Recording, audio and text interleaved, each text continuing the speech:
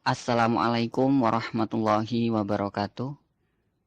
Yang terhormat Bapak dosen Baudin selaku dosen pengampuh mata kuliah Basul Kutub, dan tak lupa teman-teman seperjuangan yang saya banggakan.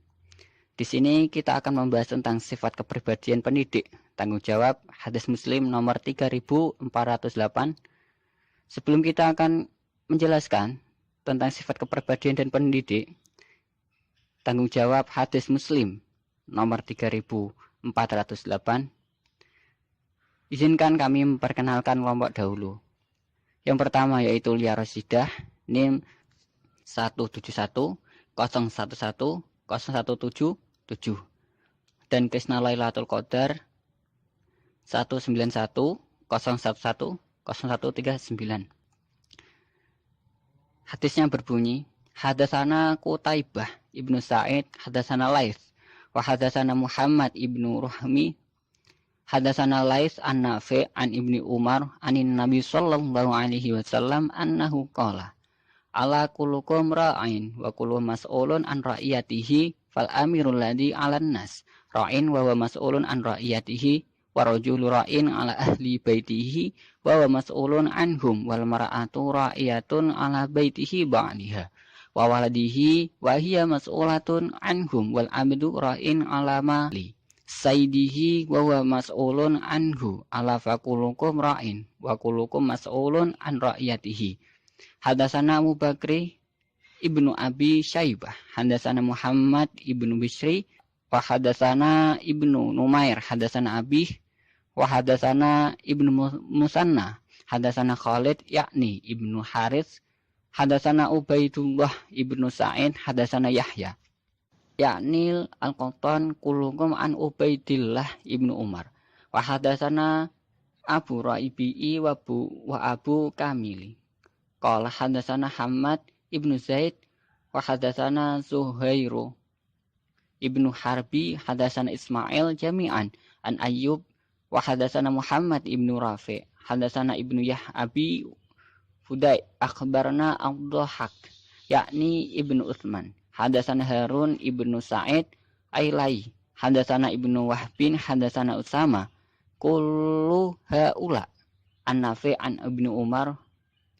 mislah hadis Laits an Nafi' qala Abu Ishaq, wa hadatsana Hasan Ibnu Bishri, hadatsana Abdullah Ibnu Numair an Ubaidillah an Nafi' an Ibnu Umar bihadza mislah hadis Laits an Nafi'.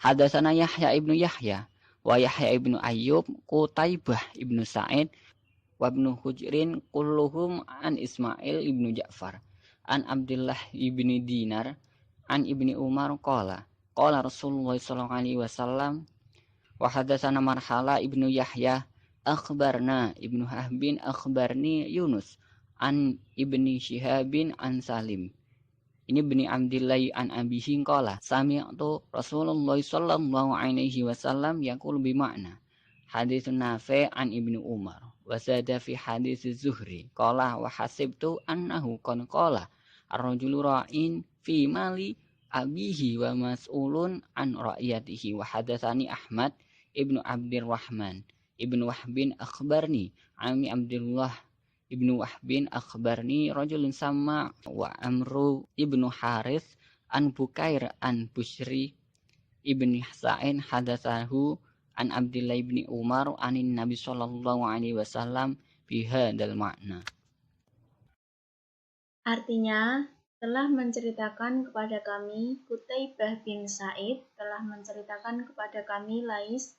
Dalam jarul lain disebutkan telah menceritakan kepada kami Muhammad bin Rum, telah menceritakan kepada kami Lais dari Nafi dari Ibnu Umar dari Nabi Shallallahu Alaihi Wasallam bahwa beliau bersabda, ketahuilah setiap kalian adalah pemimpin dan setiap kalian bertanggung jawab atas apa yang dipimpinnya. Seorang pemimpin yang memimpin manusia akan bertanggung jawab atas rakyatnya. Seorang laki-laki adalah pemimpin atas keluarganya dan dia bertanggung jawab atas mereka semua. Seorang wanita juga memimpin atas rumah suaminya dan anak-anaknya, dan dia bertanggung jawab atas mereka semua.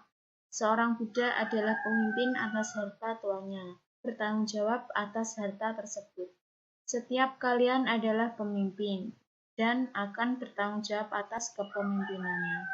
Dan telah menceritakan kepada kami Abu Bakar bin Abu Saibah telah menceritakan kepada kami Muhammad bin Bishr.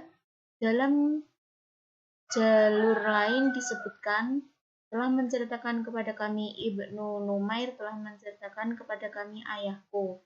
Dalam jalur lain disebutkan telah menceritakan kepada kami Ibnu Al-Musanna telah menceritakan kepada kami Khalid yaitu Ibnu Haris. Dalam jalur lain disebutkan telah menceritakan kepada kami Ubaidullah bin Said telah menceritakan kepada kami Yahya yaitu Al-Qatan.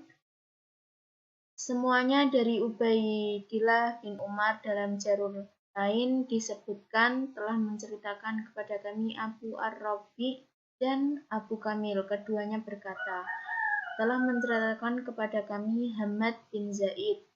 Dalam jalur lain disebutkan telah menceritakan kepadaku Zuhair bin Harb telah menceritakan kepada kami Ismail, semuanya dari Ayub. Dalam jalur lain disebutkan telah menceritakan kepadaku Muhammad bin Rafi telah menceritakan kepada kami Ibnu Abi Futai telah mengabarkan kepada kami Ad-Dalha yaitu Ibnu Utsman. Dalam jalur lain disebutkan telah menceritakan kepada kami Halim bin Said Al-Aili telah menceritakan kepada kami Ibnu Wahab telah menceritakan kepadaku Usamah, semuanya dari Nafi dari Ibnu Umar seperti hadisnya Lais dan Nafi. Abu Ishaq berkata, telah menceritakan kepada kami Al-Hasan bin Bishr telah menceritakan kepada kami Abdullah bin Numair dari Ubaidillah dari Nafi dari Ibnu Umar seperti hadisnya Lais dari Nafi. Telah menceritakan kepada kami Yahya bin Yahya dan Yahya bin Ayub dan Qutaibah bin Said dan Ibnu Hujar, semuanya dari Ismail bin Ja'far dari Abdullah bin Dinar dari Ibnu Umar. Dia berkata, Rasulullah SAW bersabda. Dalam jalur lain disebutkan telah menceritakan kepadaku Harmalah bin Yahya telah mengabarkan kepada kami Ibnu Wahab telah mengabarkan kepadaku Yunus dari Ibnu Syihab dari Salim bin Abdullah dari ayahnya. Dia berkata, saya pernah mendengar Rasulullah SAW bersabda, semakna dengan hadisnya Nafi dari Ibnu Umar dan dalam hadisnya Zuhri ada tambahan. Dia berkata, saya mengira bahwa beliau telah bersabda, seseorang pemimpin atas harta benda ayahnya dan dia bertanggung jawab akan kepemimpinannya. Dan telah menceritakan kepadaku Ahmad bin Abdurrahman bin Wahab telah mengapadaku pamanku Abdullah bin Wahab telah mengabarkan kepadaku seorang laki-laki yang bernama Amru bin Haris dan Bukhair dari Sa'd bin Sa'id. Dia telah menceritakan di Abdullah bin Umar dari Nabi SAW dengan makna seperti ini. Hadis Muslim nomor 3408. Pada pembahasan kali ini, kita akan membahas tentang kajian linguistik, kajian tematis komprehensif, kajian konfirmatif, analisis realitas histori, dan analisis generalisasi. Yang pertama yaitu kajian linguistik. Pada lafadz Allah termasuk ke dalam huruf tanbih, yakni ala, ama, ha, ya yang bermakna ingatlah. Namun akan berbeda makna jika disandingkan dengan lafadz setelah atau sebelumnya. Dalam konteks hadis Muslim nomor 3048 ini mengandung makna untuk memperhatikan lebih khusus, juga untuk mengembalikan fokus hadis tersebut yang pada intinya sebagai pengingat.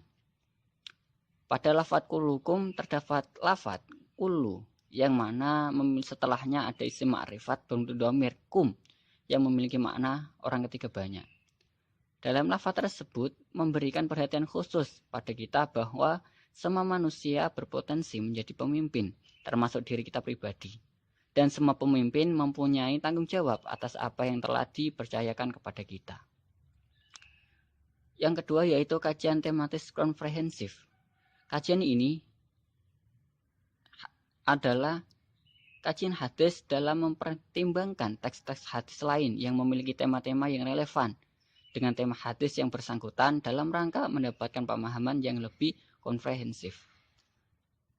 Yakni Sahih Bukhari nomor 2232, Sahih Bukhari nomor 844, Sahih Bukhari nomor 2368, Sahih Bukhari nomor 2371, Sahih Bukhari nomor 2546, Abu Dawud nomor 2539, At-Tirmidzi nomor 1627, Musnad Ahmad nomor 4266, Musnad Ahmad nomor 5635, dan Musnad Ahmad nomor 5753. Kajian konfirmatif terdapat pada Quran Surat At-Tahrim ayat 6, yang kedua Surat Al-Mudaththir ayat 38, dan yang ketiga Quran Surat As-Saffat ayat 102.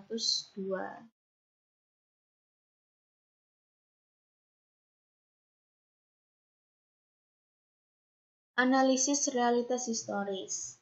Hadis di atas menjelaskan bahwa setiap orang adalah pemimpin. Setiap pemimpin akan diminta pertanggungjawaban atas yang dipimpinnya. Kepada rumah tangga adalah pemimpin bagi istri dan anak-anaknya, dan dia akan diminta pertanggungjawaban atas mereka. Maka seorang kepala rumah tangga berkewajiban memenuhi hak istri dan anaknya, dan termasuk hak mereka adalah mendidik dan mengajari mereka apa yang bermanfaat dan apa yang tidak bermanfaat bagi mereka.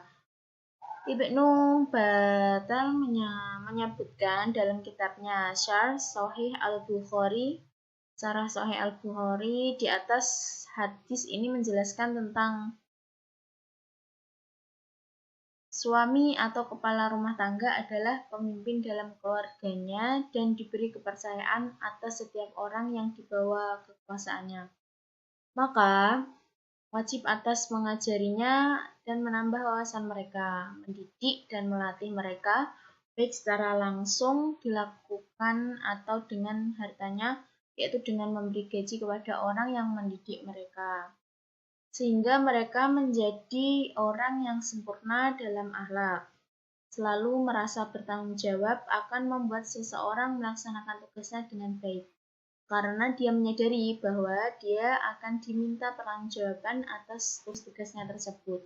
Begitu juga seharusnya seorang pendidik hendaknya selalu merasa bertanggung jawab atas anak didiknya. Hal demikian sangat membantunya dalam melaksanakan tugasnya sebagai seorang pendidik dengan sebaik-baiknya. Apabila sifat ini hilang dari seorang pendidik, yaitu sifat tanggung jawab hilang, maka dia akan menyepelekan hak-hak anak didiknya berupa pengajaran dan perhatian serta penyucian jiwa dari akhlak mereka. Muhammad Nasihat Ulwan menjelaskan tentang dampak buruk dari hilangnya rasa tanggung jawab dari diri seorang pendidik, yaitu pendidik lalai atau dalam merasa bertanggung jawab terhadap peserta didiknya beberapa saat dan remeh dalam memperhatikannya beberapa saat juga, maka anak akan tumbuh dalam kerusakan selangkah demi selangkah. Dan jika kelalaian dan sifat remeh ini terjadi secara terus-menerus, maka anak akan termasuk dari anak-anak yang menyimpang dan termasuk bagian dari para pemuda yang menyeleweng. Ketika itu, pendidik akan kesulitan untuk memperbaikinya dan para ahli perbaikan juga akan sulit mengobati dan mendidiknya. Analisis generalisasi. Analisis generalnya yaitu pendidik atau seorang guru ini dituntut untuk mampu melaksanakan sejumlah tugas serta tanggung jawab. Tanggung jawab seorang pendidik salah satunya mengupayakan perkembangan seluruh potensi anak didiknya, baik dari segi psikomotor, kognitif, ataupun afektifnya. Kedua orang tua menjadi penanggung jawab utama pendidik anak ketika anak ini berada di dalam rumah. Sedangkan jika ada di lingkungan sekolah, maka tanggung jawab pendidik itu kepada seorang guru. Tanggung jawab merupakan konsekuensi logis dari sebuah amanat yang dipukulkan di atas pundak para guru dan pendidikan di lingkungan sekolahnya. Tanggung jawab guru juga sebagai model atau teladan dan sebagai penggerak masyarakat.